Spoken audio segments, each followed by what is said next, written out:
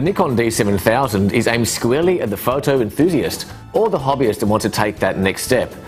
It takes many of the high-end professional level DSLR features and makes them accessible at a much more affordable price.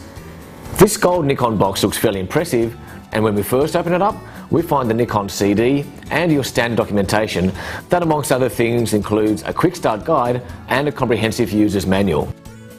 Digging a little deeper, we find the AV cable, a Nikon strap, a USB cable, a rechargeable battery, and the battery charger, and a power cable. Now, over here we have the D7000 DSLR with its completely sealed magnesium alloy body, and I'll tell you what, it feels very sturdy in your hands. With this DSLR, you can choose what package lens you prefer, and here I'll be using the Nikon 18-55mm lens.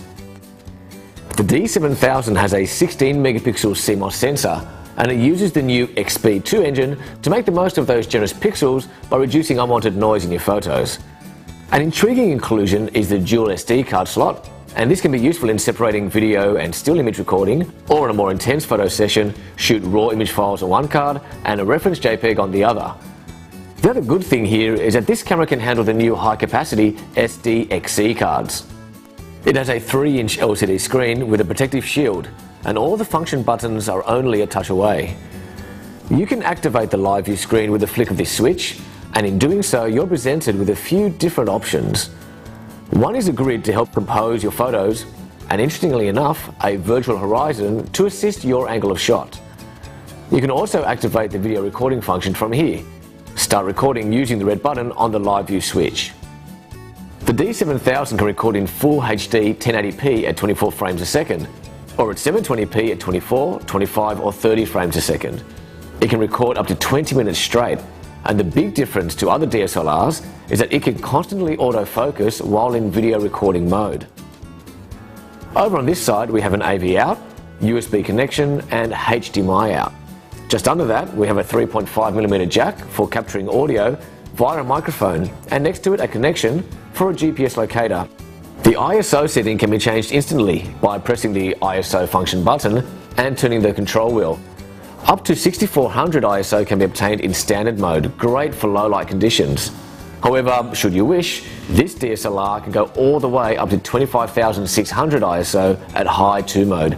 The picture does get a little grainy at this level, however the opportunity to capture images in near darkness is very compelling. You can move from single shot, continuous low speed and continuous high speed, which can shoot at a rate of up to 6 frames a second just by the twist of a knob. The quiet release mode lets you take photos, as the name suggests, quietly, and the mirror doesn't click back into place until after you release the trigger. Great for taking photos of noise-sensitive wildlife.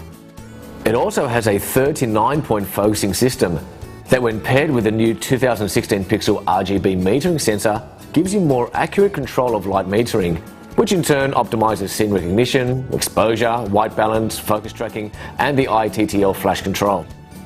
All up, the D7000 looks, feels, and operates like a substantial piece of equipment. If you're looking to upgrade from an entry-level DSLR, or have been waiting for many of the high-end professional features to make their way into cameras at this level of product, then now is the time to get your hands on a Nikon D7000 DSLR. So come on in to your nearest Bingley store or purchase online right now. I like Bingley.